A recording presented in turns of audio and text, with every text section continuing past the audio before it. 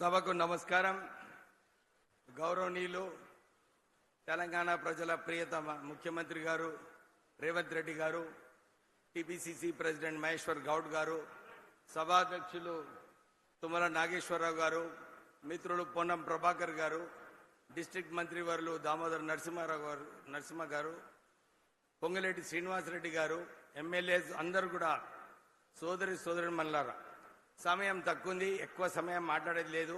కానీ ఇప్పుడే అందరు చెప్పినట్టు ముఖ్యమంత్రి గారు రైతుల పక్షాన రైతుల గురించి ఆలోచించి ఈ రాష్ట్రం అప్పుల రాష్ట్రం అయినప్పటికీ కూడా రైతులకు రుణమాఫీ చేయడము, 21,000 కోట్ల రూపాయలు ఖర్చు పెట్టడము, తర్వాత రైతులు భరోసా సన్న బియ్యం సన్న వడ్లు వేయడానికి 10,000 కోట్ల రూపాయలు ఖర్చు పెట్టినా కానీ ఇవన్నీ కూడా రైతులకు ఉపయోగపడేలాగా స్కీమ్స్ అన్ని కూడా ముఖ్యమంత్రి రేవంత్ రెడ్డి గారు అమలు చేస్తున్నారు.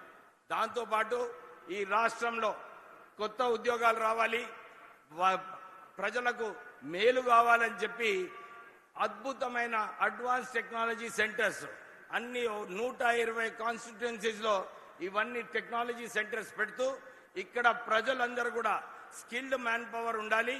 ఎందుకంటే వారు డావోస్ పోయినప్పుడు సుమారు 7 లక్షల కోట్ల ఇన్వెస్ట్మెంట్ మన తెలంగాణకు రావడము, కొత్త సంస్థలు పెట్టినప్పుడు స్కిల్డ్ మ్యాన్ ఫోర్స్ ఉండాలని చెప్పి ఈ అద్భుతమైన స్కిల్ యూనివర్సిటీ ద్వారా మన తెలంగాణ బిడ్డలకు అందరికీ కూడా ఉద్యోగ అవకాశాలు కల్పించాలని చెప్పి ఈ అడ్వాన్స్ టెక్నాలజీ సెంటర్స్ స్థాపించడం జరుగుతుంది.